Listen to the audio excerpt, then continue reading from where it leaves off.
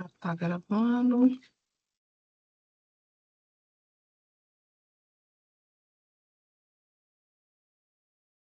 Bom, gente, na aula passada, a gente parou lá na parte de frequência, tá? Mas eu vou retornar um pouco para a gente lembrar o que a gente começou a ver de acústica, né? Então, a gente tem duas questões, né? Duas características importantes ali para classificar uma onda sonora, tá?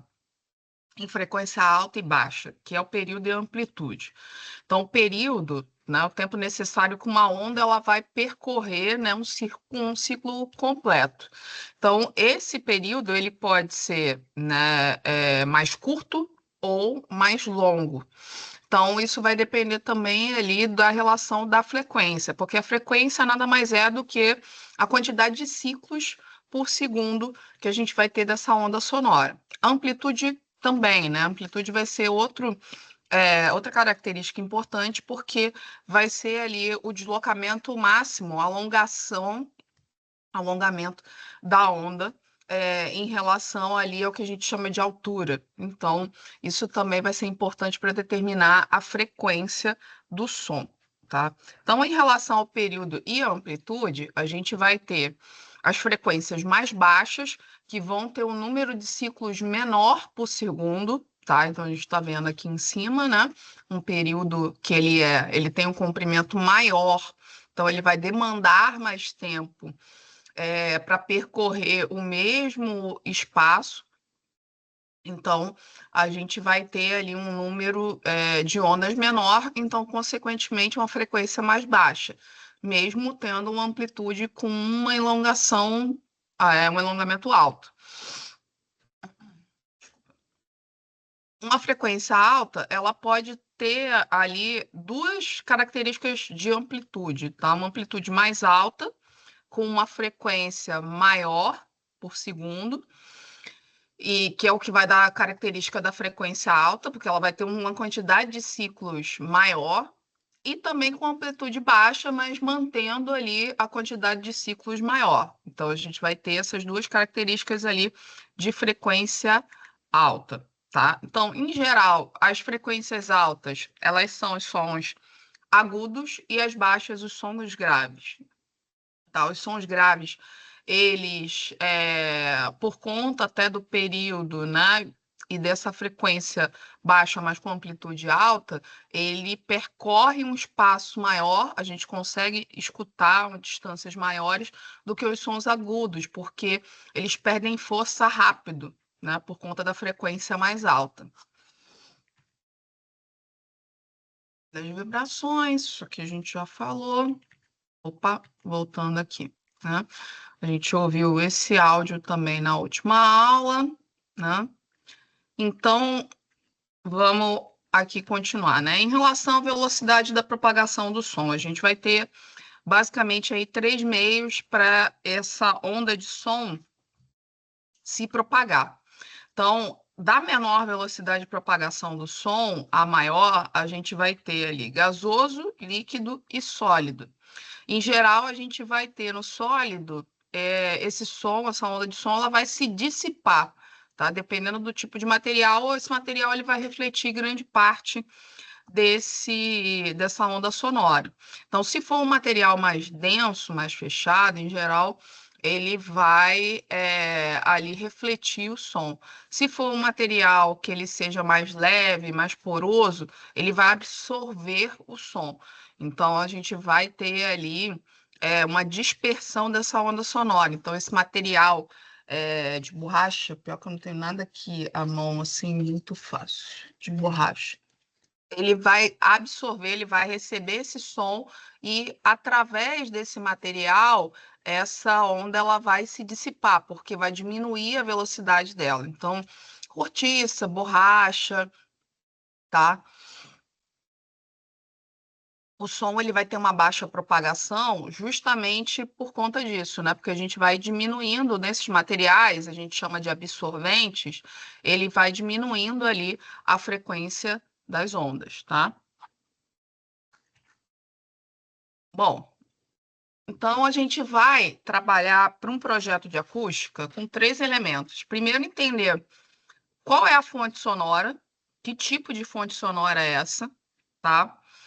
Essa fonte sonora, ela está no meio de propagação, então depende do local onde essa fonte sonora ela está instalada, onde ela está incidindo, tá? E os receptores. Então, a gente vai trabalhar no projeto de acústica para seres humanos, né? Então, essa resposta do ambiente em relação à acústica, a gente vai estar direcionando para uma situação, né, de um projeto para usuários humanos. E a gente vai ter ali, em relação à fonte sonora, algumas questões que a gente vai trabalhar em relação às grandezas. Tá? Primeiro, a pressão. Então, a pressão sonora é a diferença entre a pressão do ar para um determinado momento, né? E a pressão atmosférica. A gente mede, em geral, por Newton por metro quadrado ou Pascal, né? Vocês já viram em relação à pressão atmosférica, tá? Pressão sonora. A pressão sonora ela está relacionada com a energia que a fonte ela vai emitir. Então, quando vocês vão comprar uma caixa de som, vocês vão ver lá o watts. O watts é a energia que aquela caixa de som ela consome para emitir uma determinada quantidade de som, né, de potência de som. A gente só tem como medir isso, essa propagação, no espaço. Então, essa propagação no espaço, ela vai depender muito se é um espaço fechado ou se é um espaço aberto, tá? Então, a gente vai trabalhar ali com a potência sonora relacionada com o watt, porque é essa quantidade de energia que é liberada.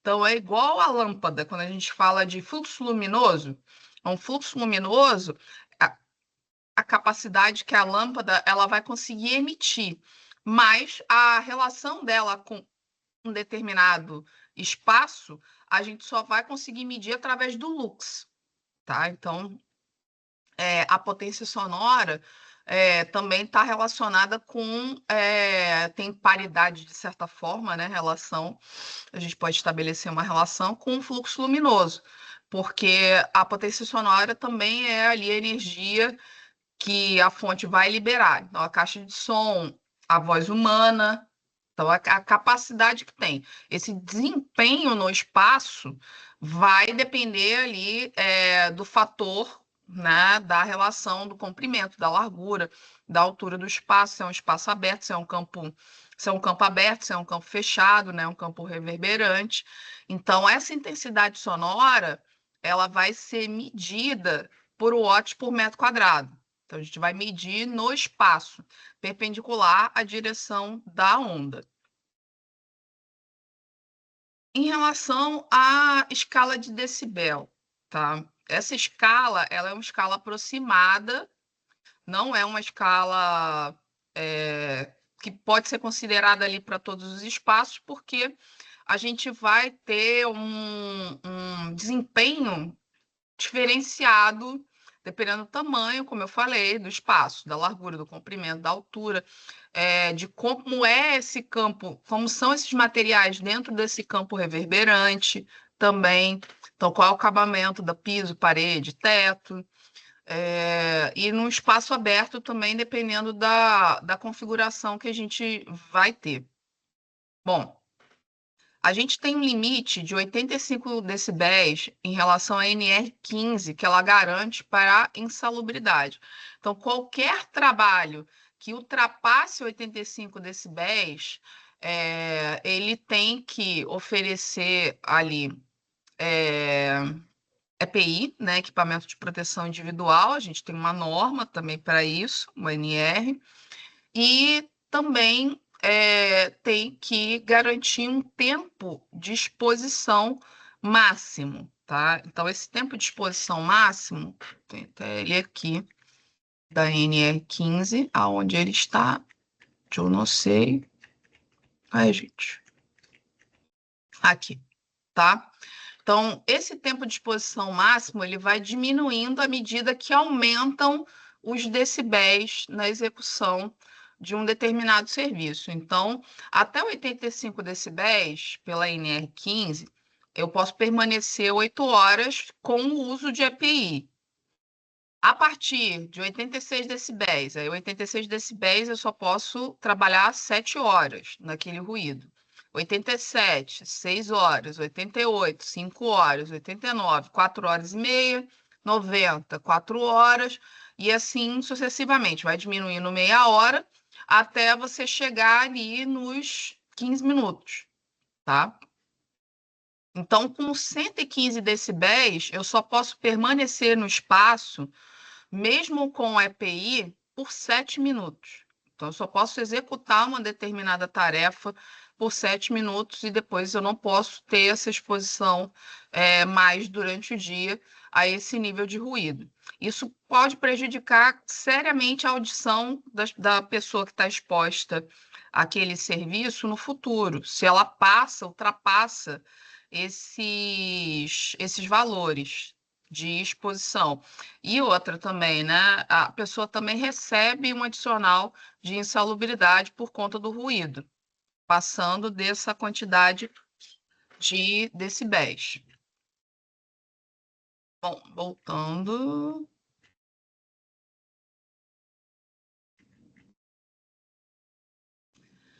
Então, em relação à progressão logarítmica da quantidade de decibéis, ali num campo aberto, numa área bem arborizada, a gente vai ter em torno, se for um local bem calmo, em torno de 10 a 15 decibéis, com 100 ali pascal de pressão. Isso vai escalonando. Então, a gente chega ali numa sala de estar, por exemplo, com as pessoas ali sentadas e assistindo televisão. A gente vai chegar, e também numa livraria, em mais ou menos 40 decibéis, livraria, biblioteca, mais ou menos 40 decibéis e 1000 pascal. Bom, aí num escritório que a gente tem muita gente falando ao mesmo tempo, e a gente vai chegar ali em torno de 65, 70 decibéis, e em torno ali entre 10, 20 mil pascal, tá? Essa pressão e esse som ele começa a aumentar por conta da quantidade de pessoas e de maquinário envolvido ali dentro desse ambiente. Bom, maquinários que eles são mais barulhentos. A gente tem alguns exemplos aqui na figura. Eles vão chegar ali entre 85 e 90 decibéis. Então, você já precisa utilizar um equipamento de proteção. Mas esse tipo de som também é o som que a gente tem nas nossas avenidas cheias, né, lotadas ali, nas nossas vias arteriais. A gente vai chegar a esse nível de som. E vai chegar ali mais ou menos ali a 200, 300, né, pascal de pressão. Passando disso, a gente já vai ter ali, né, a furadeira lá no chão, né, que vai chegar ali nos 100, 110 decibéis, né, um grupo de rock tocando também, que vai chegar aí a 10, né, milhões ali de pascal, tá? E a partir disso a gente vai ter, por exemplo, né, um avião quando ele está decolando, que ele vai chegar ali, né, a 140 decibéis, em torno de 140 decibéis, e fogos de artifício que chegam ali em torno de 125, 130 decibéis. E a pressão já vai para 100 milhões de pascal. Essa pressão, gente, a gente sente no ouvido, por exemplo, quando a gente está dentro do avião e vai subir, né, vai decolar ou vai pousar o avião. Acho que é a ilustração mais clara que a gente tem disso, né? Que a gente começa a fazer aquele movimento na mandíbula para tirar a pressão do ouvido, né? Então, é essa pressão que ela está atuando no nosso ouvido ali naquele momento, que é uma pressão muito alta. Bom, em relação à fonte sonora da escala de decibel, essa progressão ela vai também se sobrepondo, porque tem uma questão da máscara de som, uma máscara que a gente vai unindo esses sons, que eles são do mesmo nível, e isso vai progredindo poucos decibéis, porque eles têm mais ou menos o mesmo tom e o mesmo nível de decibel. Então, uma pessoa num tom normal, ela vai estar ali contribuindo para o espaço em torno de 70 decibéis. Duas, 73. Três, 75. 10, 80 decibéis. Então, a gente vai não somando isso. Uma pessoa tem 70 decibéis. A gente vai, né, progredindo nessa escala, aumentando ali a partir dessa contribuição com uma quantidade de pessoas, tá? Então, quando a gente tem também o efeito de propagação sonora pontual ou linear, a gente vai ter também esse desdobramento no deslocamento, no comprimento. Então, uma fonte pontual, a partir do espaço até onde ela emite uma quantidade de decibéis, tá? Então, por exemplo, né, até um espaço de 2 metros que a gente está vendo ali que aquela furadeira ela vai emitir 70 decibéis. Então, eu vou 2 vezes aquele espaço, quer dizer, 4 metros, eu vou ter um adicional de 6 decibéis, né? Eu vou, na verdade, desculpa, adicional não, eu vou reduzindo 6 decibéis.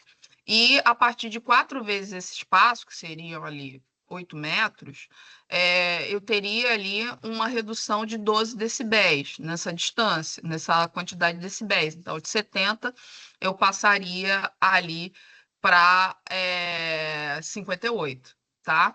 Se for uma fonte linear, se eu tivesse os mesmos 70 em 2 metros, quando eu tiver em 4 metros, eu vou reduzir 3 decibéis. Então, eu vou passar para 67. E quando eu tiver a 4 vezes essa distância, que seriam mais ou menos 8 metros, tá? Eu teria ali 64 decibéis, porque eu estou diminuindo 6 decibéis, tá?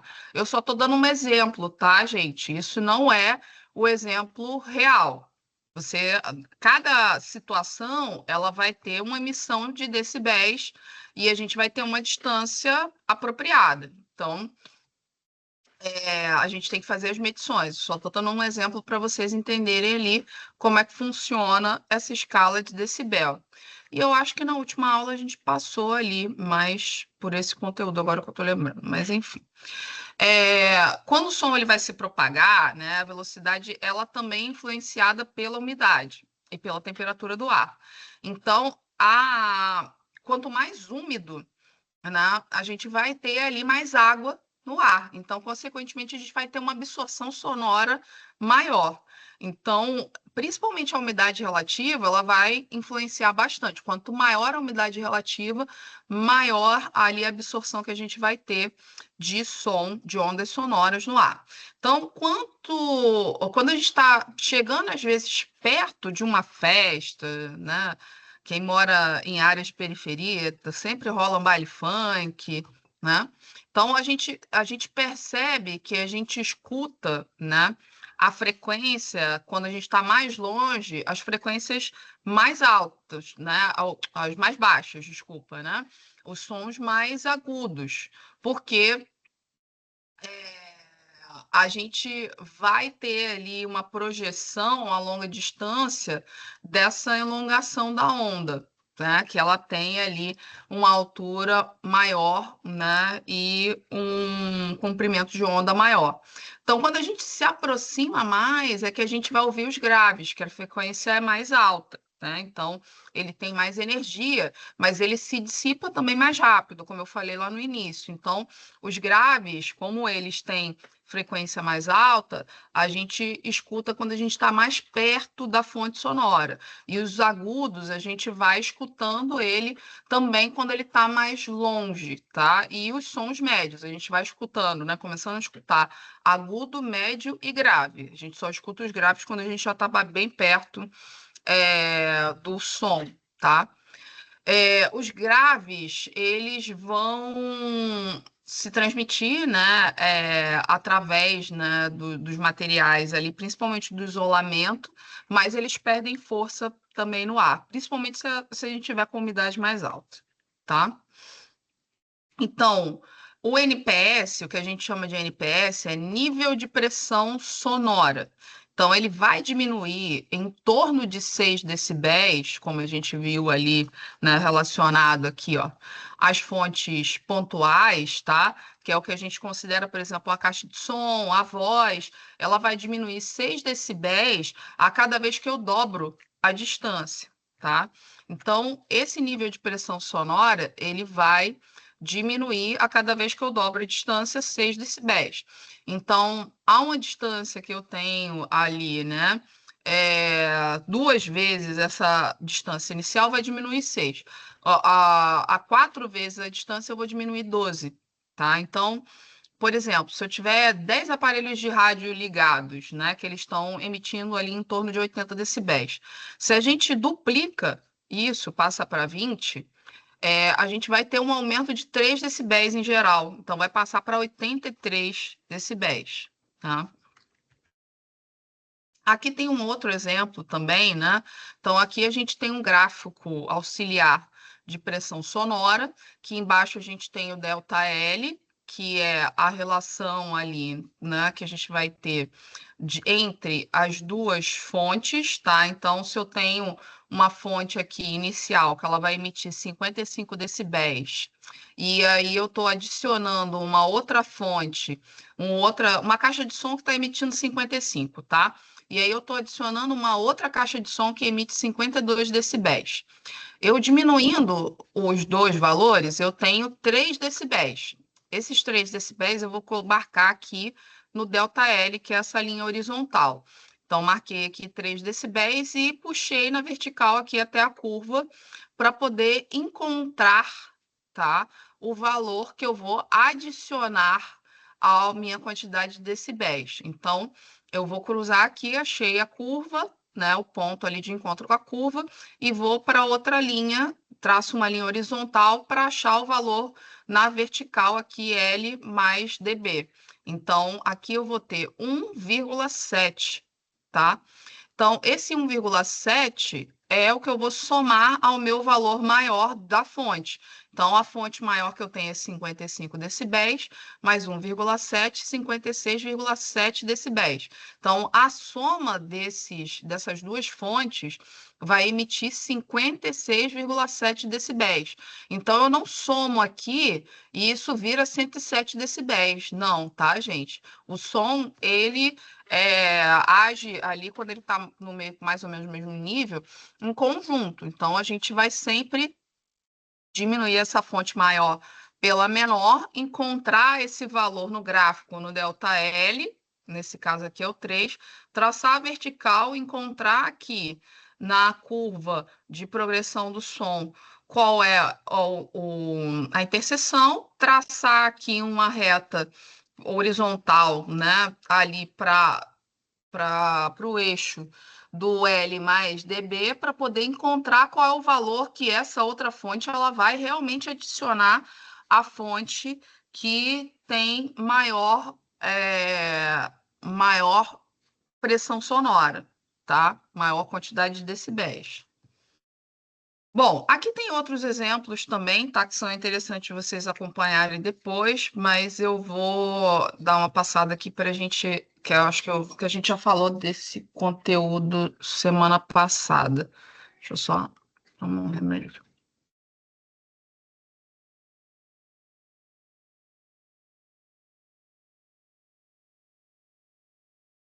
É, bom, gente, em relação aos níveis de pressão sonora, ele, dependendo de como a gente posiciona num espaço, por exemplo, para um festival, para uma área em campo aberto, que a gente vai ter que projetar som, a gente vai ter que configurar ali na mesa de som que o som grave ele esteja mais elevado do que os médios, tá? Para que a gente tenha a mesma sensação sonora. Então, por exemplo, num festival igual o Rock in Rio, o Rock the Mountain, que são espaços em campos muito abertos, esses sons, né, essas fontes sonoras, essas caixas de som, elas têm que criar, de certa forma, uma barreira também, né, para você não ter uma propagação de som ali muito maior do que aquele espaço, do que aquela área, ela é pensada. Então, se vocês olharem as posições em geral das caixas de som, você tem ali nas laterais voltadas para o público, tá? Em geral, a gente não tem feito mais tanto de frente à caixa de som, a gente tem feito mais ela um pouco na lateral, voltada ali para as laterais realmente do público. E uma outra, no limite mais ou menos de onde esse público fica, voltada para o palco, porque aí você tem ali, né, como se fosse um cercado ali dessa sensação sonora. E aí, esse som grave, ele tem que estar configurado para ser mais alto do que os sons médios em geral, e agudos, porque ele vai ter essa frequência mais alta, vai se dissipar no espaço mais rápido, então eu preciso ter uma projeção no comprimento maior, então eu aumento o nível dos graves, tá? É, então a gente consegue ter, né, uma compreensão de som melhor. Quando eu não tenho esse tipo de cercadinho, e cercadinho muito entre aspas, tá, gente? Esse cercado com as fontes sonoras, né? Com as caixas de som, e a gente não tem esse nível maior das fontes sonoras, né? Que são sons graves, essa altura maior do som, a gente percebe o som mais abafado. Né? Não sei se vocês já tiveram essa sensação, às vezes está em algum festival, em alguma festa que não tem essas condições todas muito de, né, às vezes de custo e tal, que você percebe quando você está mais profundo, quando você não vai para a galera, que fica difícil às vezes de entender o som, porque o grave ele está fugindo, né? Então, porque o grave ele está dissipado, e talvez na altura que você já está ali localizado, tá? Em relação à inteligibilidade das palavras, né, a gente tem uma importância das consoantes para poder efetivamente ali marcar os sons, né? Então, a gente, em geral, nas consoantes tem baixa frequência, são ali, né, uma duração menor, né, que a gente vai ter. Então, em geral, 20 metros por segundo. E só que a contribuição é muito alta, né, dessas consoantes, principalmente na nossa língua portuguesa, né? Porque a gente tem uma variação enorme ali de combinações, né, os ditongos, né, que vão montar ali a maioria das nossas palavras, né, nessa combinação, não só os ditongos, né, mas em si, porque é uma característica muito particular da língua portuguesa brasileira. Então, as vogais, elas vão contribuir menos com essa inteligibilidade, elas vão ter uma duração maior, em torno de 90 metros por segundo, e a gente vai ter mais alta frequência. Elas vão ter uma duração maior e, consequentemente, né, uma frequência maior, e vão se dissipar ali também mais rápido. Então, para tudo isso, gente, a gente precisa entender que tanto para um campo reverberante, onde eu tenha palavras, onde eu precise escutar, né, compreender palavras, eu preciso ter uma quantidade de reflexões do som num ambiente que ela é controlada. Então, eu não posso ter um ambiente que ele seja totalmente, por exemplo, comprido ao longo. Quando a gente tem salas de aula, e aí talvez vocês tenham passado por essa experiência na UVA, porque as turmas de vocês eram grandes, né? Então, assim, né? O professor está aqui e vocês todos estão aqui, né? Ao longo. Então, essa projeção de som, gente, ela tem muita reflexão, e essa reflexão é incontrolada. Então, assim, tem o som direto, que ele vai perpendicular à fonte, tá? E, ao mesmo tempo, eu tenho a reflexão das paredes. Então, essas salas, elas não eram para ter essa disposição que o professor está aqui, era para ser o contrário, tá? Quando a gente minimamente quer uma disposição melhor, tá? O professor está aqui e os alunos eles estão aqui. Porque eu vou ter uma projeção de som com espalhamento da fonte direta melhor. Inclusive até para posicionar caixas de som voltadas para o público. Lembra que eu falei, acabei de falar agora para vocês, né, da experiência de festival, da gente fazer o cercadinho, tá?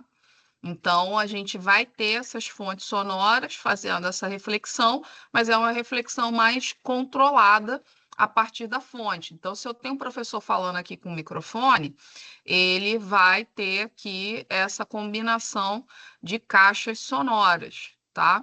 Se eu tenho essa combinação aqui, eu vou ter uma quantidade maior de caixas sonoras, tá? Para fazer o mesmo efeito, para poder evitar reflexão, e eu ainda vou ter que tratar essas paredes aqui, ó, nessa disposição aqui, com material absorvente, para evitar a reflexão das paredes. Então, o que que a gente, em geral, faz em igreja? Que é assim, tá, gente? Vocês já repararam que ah, ah, igreja tem... Deixa eu mostrar aqui para vocês. Igreja tem muito afresco, tá? Então, igreja, a gente vai ter o Mosteiro de São Bento, aconselho vocês fortemente a irem lá, se não foram, para uma missa de canto gregoriano. O Mosteiro de São Bento é uma igreja que ela é do período rococó, então ela tem bastante afrescos, afrescos que eles têm acabamento de pintura folheada a ouro, e a gente tem estuque, gesso, madeira, que são materiais absorventes, tá, gente? Então, todos esses altares secundários aqui, que eles são côncavos, então eles são assim. Deixa eu botar a canetinha. Eles são assim, para eles não receberem som e ficar refletindo, todo o acabamento aqui de estuque, madeira, gesso, tá? Que você vai ter, inclusive, nas peças sacras.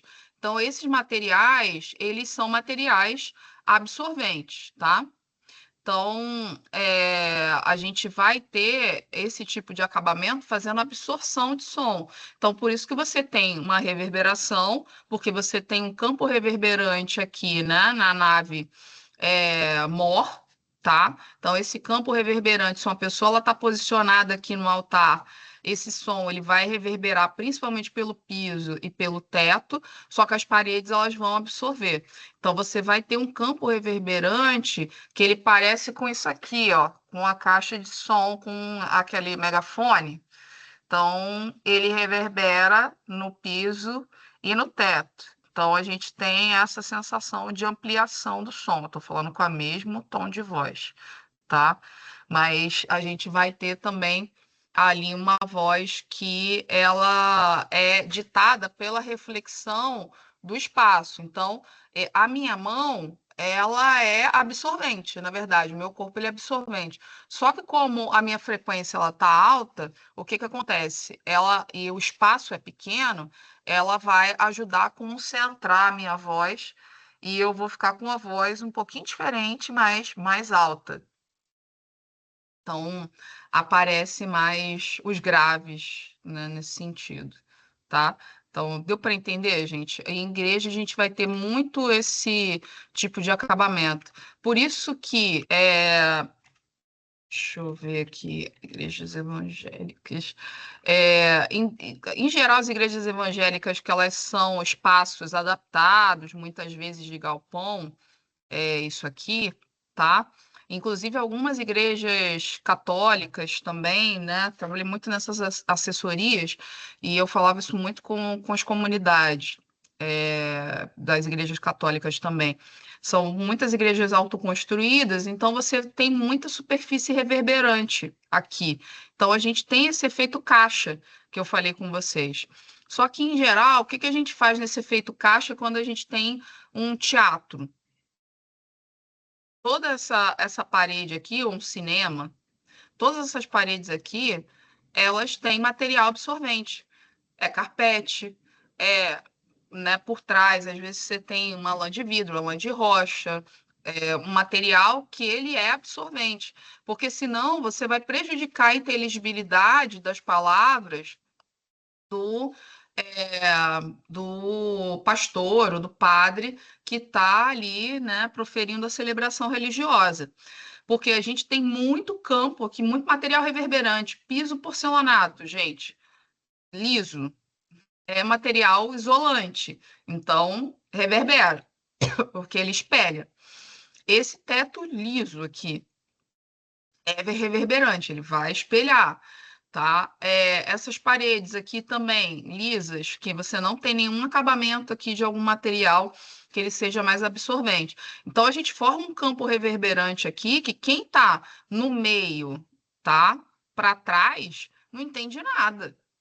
Porque não sei se vocês já tiveram essa experiência, tá? Tem uma igreja em Caxias, que é a Catedral de Santo Antônio, Casa de Ferreiro Espeto de Pau, porque é a diocese que eu faço, que eu sempre fiz parte, né? Hoje em dia eu não estou territorialmente nela, mas ainda faço parte das comunidades.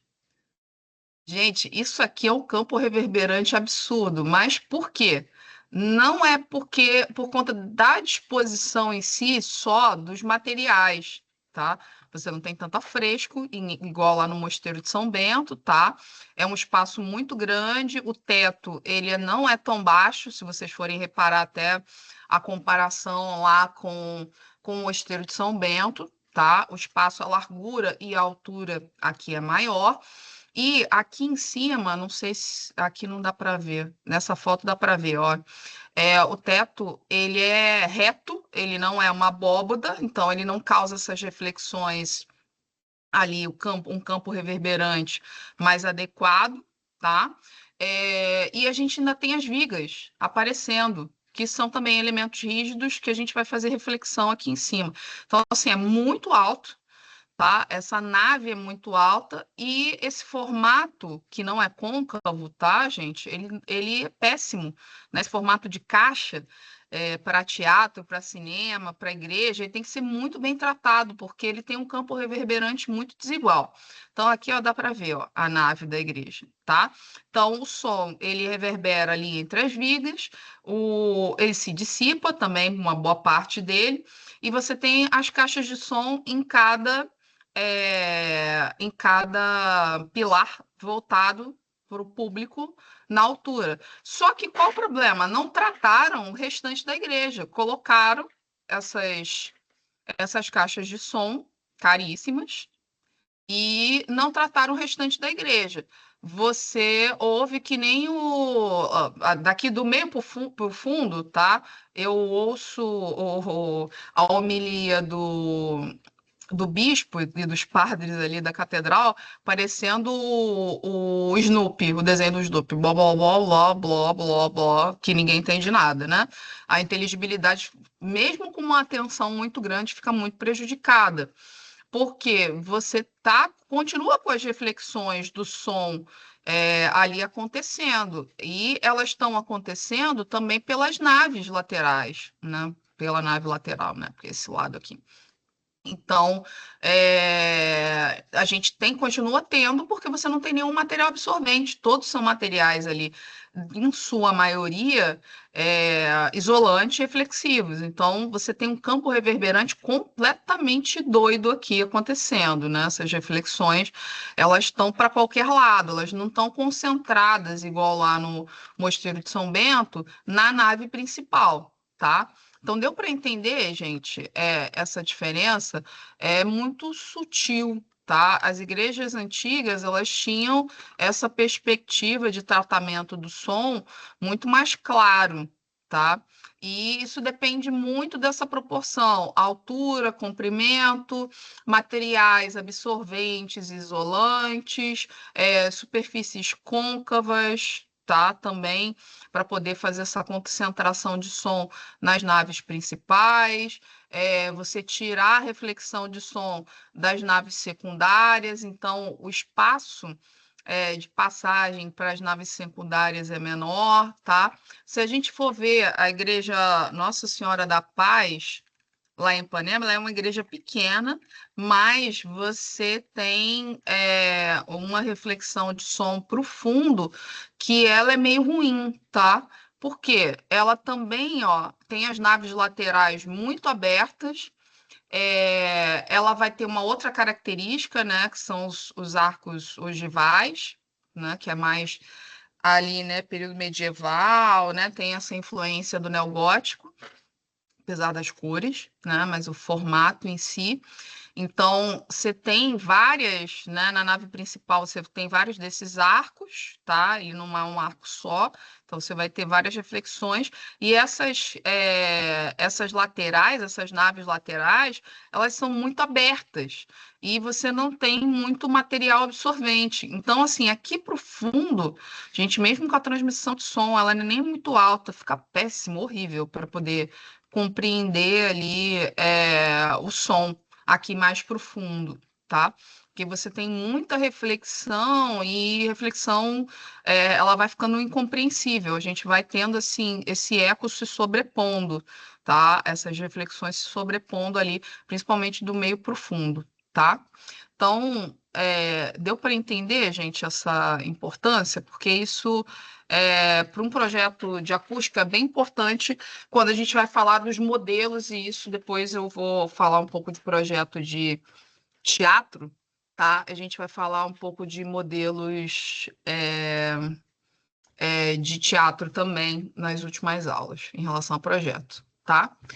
Então, a propagação sonora, a gente vai ter ali a parte dessa energia do som que ela é transmitida através de uma parede ou um elemento ali que está fazendo a perpendicular em relação à fonte, parte é refletida de volta para esse espaço, parte é absorvida pela parede e parte é difratada. Difratada quer dizer que ela vai passar pelas frestas, ela vai passar pela porta, pela janela, pelas frestas das portas e pelas janelas, tá? E vai perpassar para um outro espaço, tá? Bom, em relação ao campo livre, em geral, nas vias expressas, a gente tem esse campo livre, inclusive essas barreiras sonoras, tá? Que a gente tem, por exemplo, na linha vermelha. Não sei se já vai aparecer direto aqui, acho que da linha vermelha não, tá? Mas você tem vários tipos de barreiras sonoras que elas vão fazer a reflexão do som. Então, esse som ele vai ser refletido de volta ali para a via. Então, por isso que quando a gente passa por vias que elas têm essas barreiras sonoras, a gente sente, quando tem trânsito, principalmente, um nível de pressão sonora maior. Tá? Incomoda mais, porque esse som ele está voltando, ele não está se dissipando. E aí, a gente tem algumas questões com relação a isso, né? Claro que ali na, na linha vermelha, a gente tem também uma questão, uma discussão de que isso é paisagístico também, de certa forma, né? Porque, principalmente no caminho em direção ao aeroporto. Então, aqui, né, a gente vai ter, por exemplo, né, se eu tenho um outro espaço que é um campo aberto, eu vou ter esse ruído sendo refletido como uma reflexão a partir da barreira e a partir da fonte, e a partir dos elementos que eu tenho aqui que são reverberantes para esse espaço aberto. Então, tem várias reflexões que vão ser ali incorporadas a esse direcionamento ali a partir da fonte e da barreira de ruído. Então, a gente vai ter essa relação, por exemplo, ali na linha vermelha, na altura Ponte do Saber, eu acho que é Ponte do Saber, que é aquela ali que é da entrada da primeira entrada da UFRJ. Ali a gente tem de um lado a barreira anti-ruído e do outro a gente tem um campo aberto. Então a gente tem essa relação, tá? Quando a gente tem uma barreira anti-ruído, o som sempre ele tende a subir. Então ele vai perpassar essa barreira e ele não vai atingir ali as residências que estão ali bem próximas, tá? Então a gente tem esses efeitos aqui, né? Então a fonte, esse som ele perpassa a barreira e sobe. As árvores também, gente, elas são elementos absorventes, tá? Então a gente consegue ter ali uma redução de propagação, mas ela é muito pouca. Eu preciso de uma massa arbórea muito grande para poder reduzir esse som, tá? Então aqui a difração ela acontece dessa forma através da parede. Então o som ele perde força ali quando eu tenho elementos ali de propagação que estão abaixo da barreira, tá? Barreiras de terra também vão funcionar bem. Não sei se vocês já viram em estradas daqui para São Paulo, tá, gente? A gente tem barreiras sonoras de terra. Eu vou mostrar aqui para vocês. Tá, então a gente vê as pistas com esse tipo de formato, elas estão mais baixas e você tem ali uma barreira de topografia. Então, esse tipo aqui é bem efetivo, tá? Porque o solo, ele absorve. O solo ele é um elemento absorvente muito mais do que isolante nesse sentido. Então, ele vai refletir muito pouco de volta para a pista e ele vai muito mais fazer essa absorção. Então, ele funciona melhor do que essas barreiras rígidas que a gente, em geral, vê, né? Que são assim ou nesses outros formatos, tá? Então, essas barreiras de terra, elas funcionam muito melhor, tá, gente? Barreira de terra, barreira de vegetação, tá? Para acústica, elas vão ser barreiras mais absorventes. Isso aqui, por exemplo, esse tipo de situação, a gente tem uma propagação de reflexão do som absurda, tá? Dentro desse espaço. Em geral, para passagem de trem e metrô, a gente não escuta muito, mas ainda assim, dependendo muito do isolamento dentro do trem, tá? Bom, deixa eu voltar aqui. Não tem perguntas, então passamos adiante. Em geral, os campos que a gente trabalha que são internos são campos reverberantes. Então, essa onda ela vai encontrar obstáculos a partir da fonte e ela vai se propagar dependendo do material de acabamento das paredes. Então, se for um material mais isolante, térmico e acústico, a gente vai ter mais reflexão. Se for um material absorvente e isolante, a gente vai ter ali uma absorção maior também. Deixa eu botar aqui o vídeo da câmara anecoica para vocês. Deixa eu só compartilhar aqui, incluir som.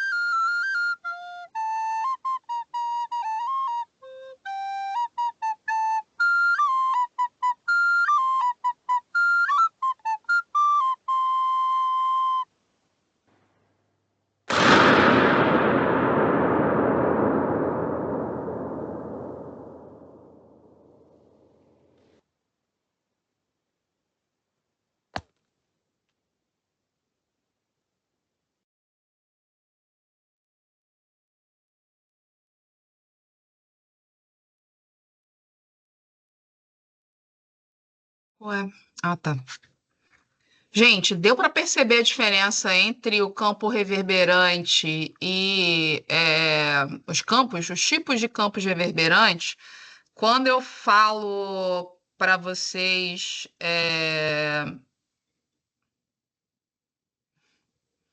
tava resolvendo um negócio aqui da Casa Nova, desculpa, gente. Quando eu falo para vocês a questão da absorção, tá? Quando a gente trabalha com estúdios, a gente vai trabalhar com esse tipo de campo aqui.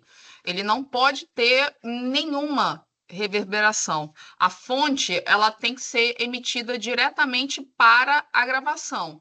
Então, quando eu estou gravando as faixas, eu preciso ter uma compreensão daquele som que está sendo emitido. Por isso que, em geral, a experiência quando a gente vai no festival ou numa casa de show, de um mesmo show, de um mesmo artista, ela é diferente entre si, elas são diferentes entre si, em geral, e elas são diferentes da experiência que a gente tem ouvindo a música em casa, porque o som é muito mais límpido, porque essa gravação ela é feita numa câmara anecoica, que a gente chama. Então, é essa câmara que não tem reverberação alguma, que eu tenho várias camadas de absorção do som. E por último, eu tenho uma camada isolante. Então, as portas não têm janelas, as portas elas têm que ter batente de borracha ou de algum material absorvente, eu não posso ter espaço, eu não posso ter difração do som alguma. Então, por isso que eu faço a gravação de faixas e depois eu monto essas faixas. Então, eu faço a gravação da flauta, a gravação da bateria, a gravação da voz, porque aí eu vou ajustando os graves e os agudos na composição. Eu vou sobrepondo essas faixas para poder montar essa música. Então, o que a gente ouve, quando a gente ouve uma gravação de estúdio, é uma montagem dessas faixas. Então, eu tenho várias faixas, você tem um programa, eu não tenho aqui, tem um programa de vídeo que eu uso, que ele também trabalha assim. A gente tem a montagem de várias faixas e essas faixas vão acontecendo ao mesmo tempo. Então, isso é que dá o som final, o resultado final sonoro. Quando a gente trabalha com cinema, é a mesma coisa. Eu tenho essa montagem também que vai trabalhar ali, né, com essa composição final, tá? E quando a gente tem um espaço reverberante, é um problema, porque ou a gente trata esse espaço ou você não consegue ter uma inteligibilidade, uma clareza muito grande do som que está sendo emitido. Por exemplo, quando ele vira, a gente percebe que a reflexão ela aumenta, porque o campo diminuiu, ele está virado, meu campo de reflexão diminuiu, ele está refletindo o som para uma área que ela é mais próxima, então as paredes estão aqui, bem próximas, então essa reflexão vai ser mais imediata e esse som ele aumenta. E depois que ele vira, ele diminui, porque o campo está mais aberto, ele reflete, mas o campo está mais aberto. Então, deixa eu até ver aqui.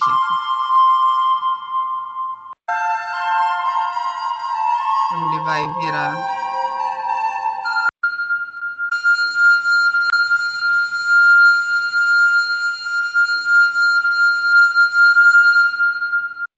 Então, a gente consegue ter uma leve percepção que esse eco ele diminui e depois ele aumenta de novo, porque você tem uma abrangência maior ali de espaço. Então, menor e depois maior. Quando ele gira, né, ele está numa abrangência menor. Quando ele volta ali para o campo mais aberto, aí a gente vê que alonga mais, a onda ela se espalha mais, né? Você vai ter ali uma reflexão maior e a gente consegue ouvir, né, essa onda se comportando ali no espaço, tá? Bom, deixa eu passar aqui. Em relação à nossa audição, tá, gente? A gente vai ter um sistema que vai estar relacionado com a audição. Então, a gente principalmente consegue compreender as diferenças de intensidade e tempo quando a onda sonora ela vai chegar no nosso ouvido. Então, a nossa audição ela é binaural. A gente passa ali, né, pelo conduto, tá? Depois vai para a membrana e vai passando ali por todo o sistema, tá? Por isso que a gente também fala que, por exemplo, quem tem problema no labirinto tem problema de equilíbrio, porque o labirinto ele está muito ligado com a nossa audição e com o nosso equilíbrio. As duas coisas estão ligadas ali com os nervos que vão reger ali a nossa estabilidade, a estabilidade do nosso corpo, porque está muito relacionado com a maneira como a gente entende os níveis planos, que eu digo, e os sons, as ondas sonoras. Então, a maneira como eu me equilibro, tá? Então, quando a gente fala que a pessoa tem o problema de labirintite, também está relacionado um pouco com essa relação de equilíbrio, som, né, e espaço, tá? E aí, por isso que eu tenho sintomas, dor de cabeça, né, que estão relacionados ali também com o sistema auditivo, tá? A membrana timpânica uns filamentozinhos que a gente, né, não sei se vocês já viram isso no ensino médio, é como se fossem uns pelinhos que a gente tem por dentro do ouvido, que eles vão fazer essa captação da sensibilidade do som, das ondas sonoras. Se a gente vai perdendo a capacidade auditiva, a gente vai perdendo esses, tá? Muito resumidamente, esses pelinhos, tá, gente? Então, essa capacidade auditiva, ela está muito relacionada com a nossa percepção da vibração, dessa intensidade e tempo ali das ondas. Então, se eu vou perdendo eles, eu vou perdendo também a minha audição, a minha capacidade auditiva. Então, por isso que quando a gente coloca o fone de ouvido aqui, aquele intra-auricular, ele tem uma potência absurda direto na membrana timpânica. Por isso que a maioria dos fones hoje, eles avisam quando a gente está com uma intensidade sonora muito alta. Você não ultrapassar aquilo, porque a gente sabe que a gente está, muitas vezes, mascarando um som de 80 decibéis do espaço urbano, e aí você está aumentando para 90, 100 decibéis, e, gente, é como se fosse um furacão dentro do nosso ouvido, tá?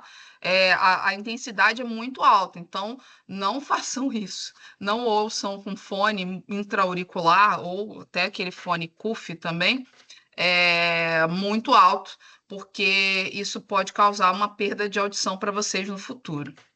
Bom, em relação às curvas de ponderação, decibel A, que a gente considera ali para escuta das frequências que a gente normalmente tem ali em relação à resposta do nosso ouvido, tá? Então, é decibel A, por isso que a gente chama de decibel A, porque é a curva que está relacionada com a nossa resposta auditiva. Tá? Então, em relação à frequência, esses sons, né, de ponderação, eles vão ali aumentando à medida que a frequência ela vai aumentando também. Então, aqui em 20.000 Hz, a gente vai ter uma frequência bem mais alta, que ela vai começar a ultrapassar ali, né, a barreira ali em relação ao zero, a quantidade de 0 decibéis. A intensidade sonora, tá? Em si, por si, a gente mede em decibéis. Então, o que que esse decibel ele demonstra, tá? É a intensidade do som que a gente consegue perceber de acordo com a frequência. Então, a frequência que a gente está percebendo dessa intensidade do som, né, que a gente mede ali em geral por watts por metro quadrado, e essa frequência que é perceptível para o nosso ouvido também, tá? E a frequência em geral, a gente sempre deve indicar que se é decibel A, B, C, mas em geral a curva de ponderação que a gente tem em relação ao som contínuo e som que a gente consegue perceber pelo ouvido humano é o decibel A, tá? A curva de ponderação. Então, por exemplo, né, um som que, em geral, ele emite 70 decibéis, que a gente mede lá com decibelímetro, perto da fonte, se ele tem uma frequência de 125 Hz, a nossa sensação sonora vai ser ali de 53, 54 decibéis A. Tá? Então, a gente tem que sempre observar isso, porque a gente tem uma curva de ponderação em relação à percepção. Tá? Então, depende muito da frequência. Então, a gente tira com decibelímetro, tá? A, a fonte, né? A fonte sonora, mas a gente vai ter que relacionar também, tirar ali a frequência, tá? Para poder entender ali qual é a sensação sonora em decibel A, tá? E um som de 70 decibéis, mas que ele está numa frequência muito alta, tá? Em torno de 4.000 Hz, a gente vai ter ali uma sensação sonora de 71, aproximadamente, decibéis A, tá? Então, quanto mais a frequência aumenta, mais eu vou somando, tá? Adicionando a essa quantidade de decibéis uma sensação sonora, para a gente ficar mais clara essa sensação sonora. E quanto menor a frequência, a gente vai diminuindo dessa sensação sonora, tá? Bom, para vocês terem ideia, tá? Isso aqui era um aspirador de pó que eu tinha em casa, um aspirador comum, que ele tinha até um ruído, para mim, parecia baixo, tá? Ele tem ali ele tinha, né, porque eu não tenho mais, ele tinha uma potência sonora de 91 decibéis A. Gente, 91 decibéis é alto, e para a gente ver como a gente tem um mascaramento de som absurdo, e a gente não tem uma percepção muito muito grande de ruído, porque o nosso ouvido está muito acostumado com os barulhos urbanos, com os ruídos urbanos. Então, assim, não era, né? Não parecia, tá? Hoje eu tenho um robozinho e ele emite muito menos, mas eu nem vi na caixa dele na época. Eu vou até procurar depois, né? O ruído dele, mas até tem um ruídozinho, mas no dia a dia ele disfarça, né? Para vocês terem ideia, ele tem um selo de eficiência 4, que, assim, não é o menos silencioso, tá? Em geral, o aspirador de pó tem uma eficiência ali sonora muito baixa, porque eles vão ter ali uma emissão de ruído alta, né? Principalmente com o tempo, por conta do uso e do acúmulo de poeira entre as outras peças, tá? Desses aspiradores, e aí você vai tendo ali um ruído maior, uma emissão de ruído maior. Isso porque era um aspirador que ainda tinha um selo de eficiência, tá? Bom, o decibelímetro é esse aparelho. Quem fez visita conhece, tá? Eu cheguei a mostrar em aula em conforto térmico, um decibelímetro. Ele serve para a gente medir esses sons, mas a gente não está medindo a sensação sonora, tá, gente? A gente está medindo, como vocês viram ali, eu salientei antes, a gente está medindo a quantidade de decibéis. Então, assim, está medindo ali a intensidade sonora para para aquela emissão daquele espaço, mas a sensação que a gente está tendo sonora vai depender muito da frequência, então a gente tem que medir os dois, a frequência e a quantidade de decibéis, tá? E aí a gente tem esses dois aplicativos no celular que vocês conseguem fazer medição também, que é o Decibel X e o da Bosch, o NVH, que conseguem fazer a medição, tá? Também, e a gente consegue calibrar até para medir ali em decibel A, tá? Então, são bons ali para a gente ter essa percepção de sensação sonora, porque senão a gente está medindo só a quantidade de decibéis, está medindo só ali em si a intensidade desse som, tá? Bom, gente, dúvidas em relação à aula de hoje? ao conteúdo de hoje, eu vou parar por aqui, vou passar a atividade, tá?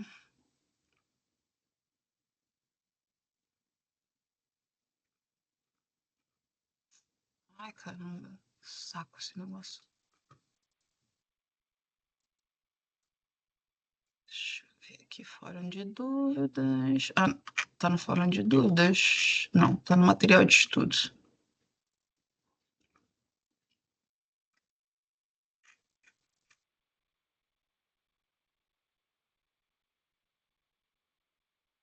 Ah, tá. Gente, como a gente está meio atrasado, né, por conta aí dessas questões, né, de agenda mesmo, a gente vai tá fazendo aqui, eu tinha pedido para vocês elaborarem um mapa de uso e hierarquia viária na última aula, pedi?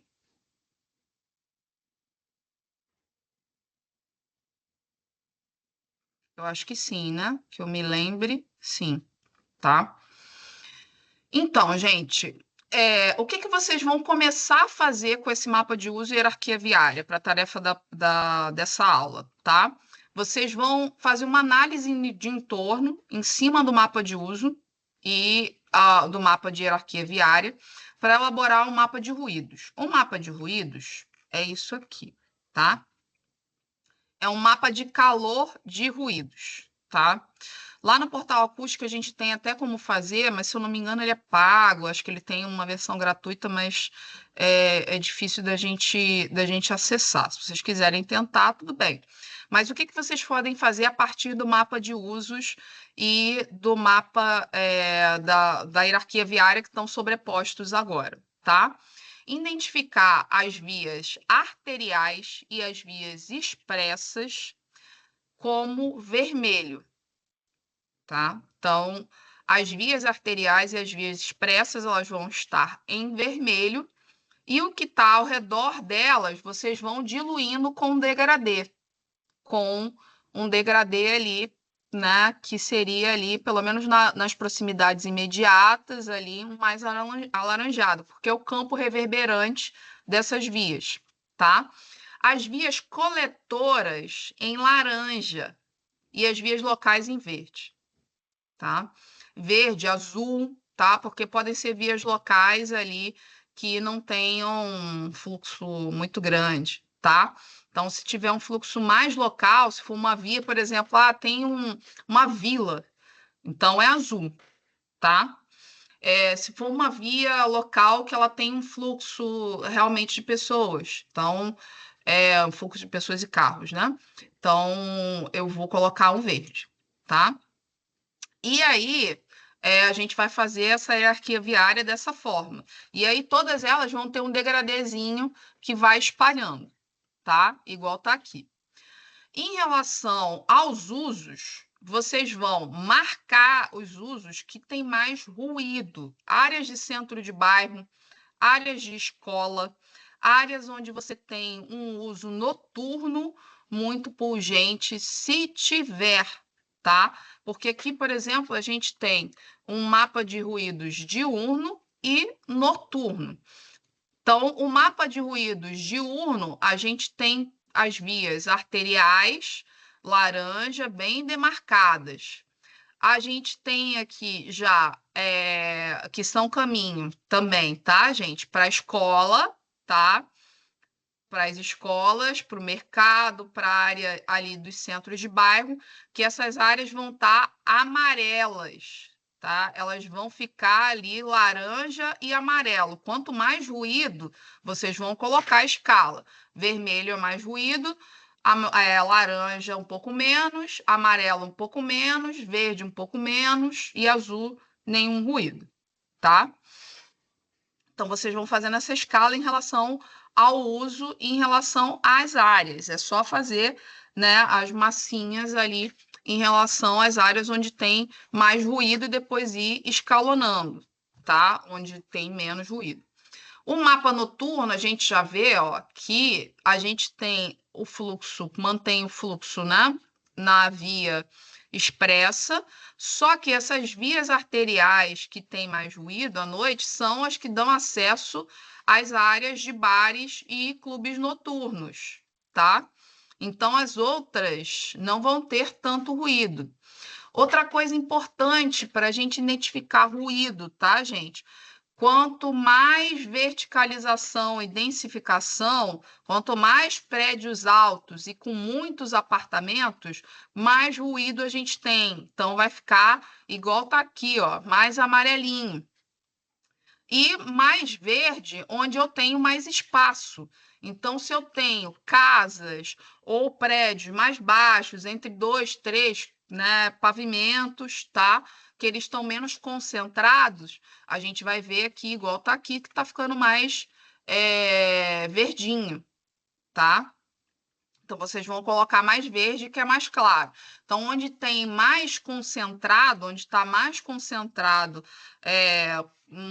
prédios mais altos e com maior número de pessoas morando, ele vai estar mais para o amarelo e para o laranja.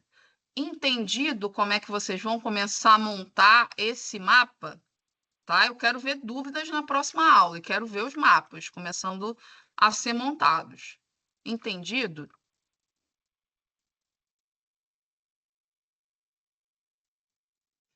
Fernanda, uma via de mão dupla que fica no meio de vias locais de baixa locomoção seria considerada como?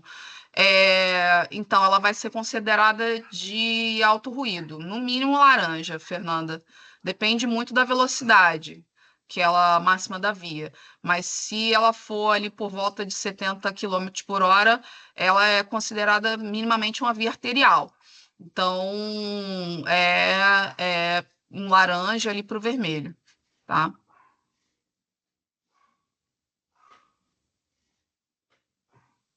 Mais dúvidas, gente? Nada.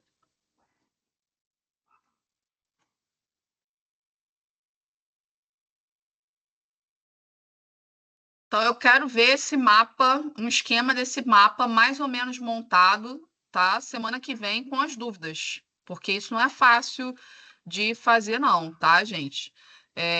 Tem que observar bem a hierarquia viária, os usos, a densidade, a verticalização, os espaçamentos entre as quadras, para poder entender ali um pouco dessa projeção de som. Então, preciso que vocês tenham atenção na montagem desse mapa. Então, para essa aula, é isso, essa análise já com a montagem dessas massas. E a gente vai repassando aqui os conteúdos, tá? Qualquer coisa, provavelmente, gente, a gente vai ter aula no dia 28, tá? Por quê? Dia 14 eu vou estar num evento do o ENAC, que eu vou até divulgar aqui para vocês. ENAC RJ, não sei se tem alguma coisa aqui que tem no Instagram, mas o meu Instagram acho que não está conectado aqui. Já está. E já está. ENAC RJ.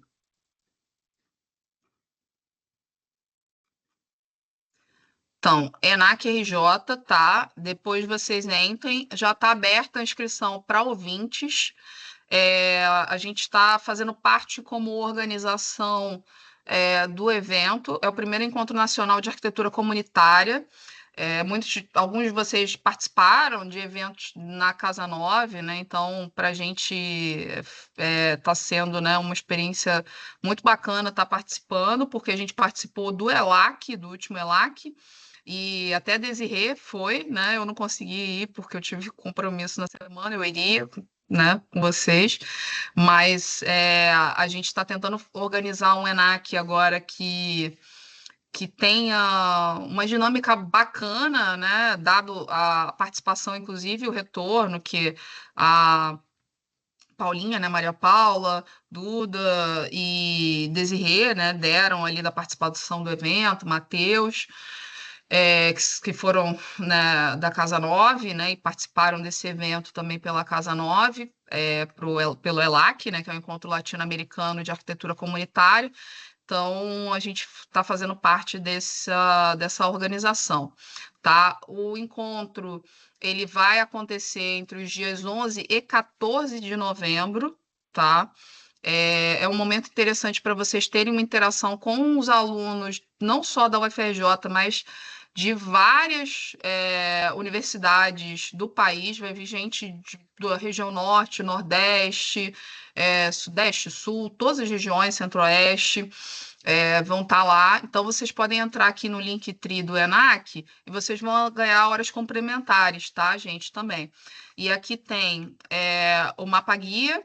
Não vão acontecer todos os eventos na UFRJ, tem algumas oficinas que vão acontecer no centro, na sexta-feira de manhã, na quarta e na quinta vai ser na UFRJ, que vão ser as sessões, e na terça também, na sexta vai ser no IFIX, à tarde, o encerramento, que é lá no centro, né, na Faculdade de Ciências Sociais e Filosofia da UFRJ.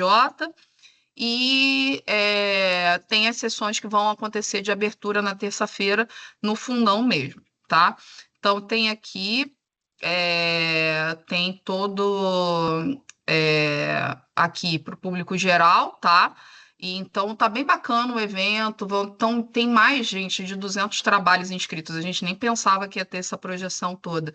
Então eu acho importante porque a gente tem um espaço dentro da UVA, né, da Universidade de Interação com essas todas as universidades do país e vários trabalhos que estão girando em torno de assessoria técnica para habitação de interesse social, a movimentação dos coletivos, a financiarização disso, né, como política pública, ainda mais no mote do que a gente está discutindo essa semana, dessa operação policial em comunidades, favelas do Rio de Janeiro, né, e como a gente foi impactado.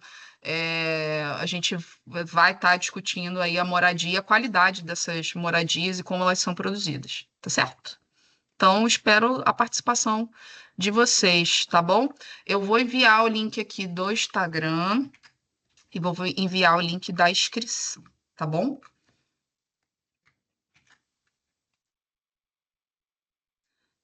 O link das aulas gravadas ali tá lá no material de estudo, o link do YouTube, tá?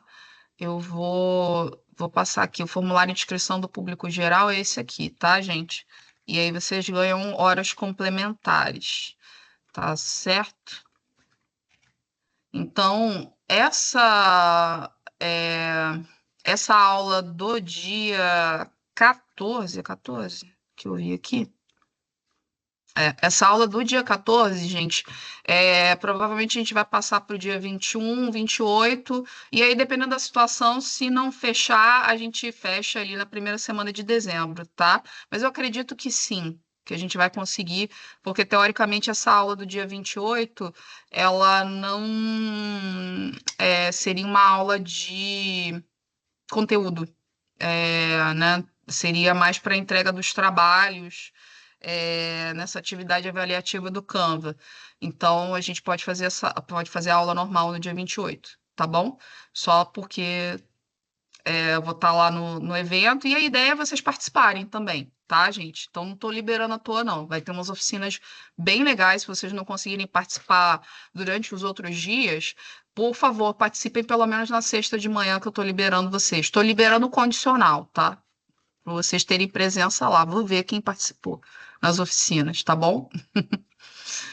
E é isso, tá? Mais alguma coisa, gente? Botei aqui os links, tá? Então eu vou fechar aqui a gravação e até mais, gente. Se não tem dúvidas, até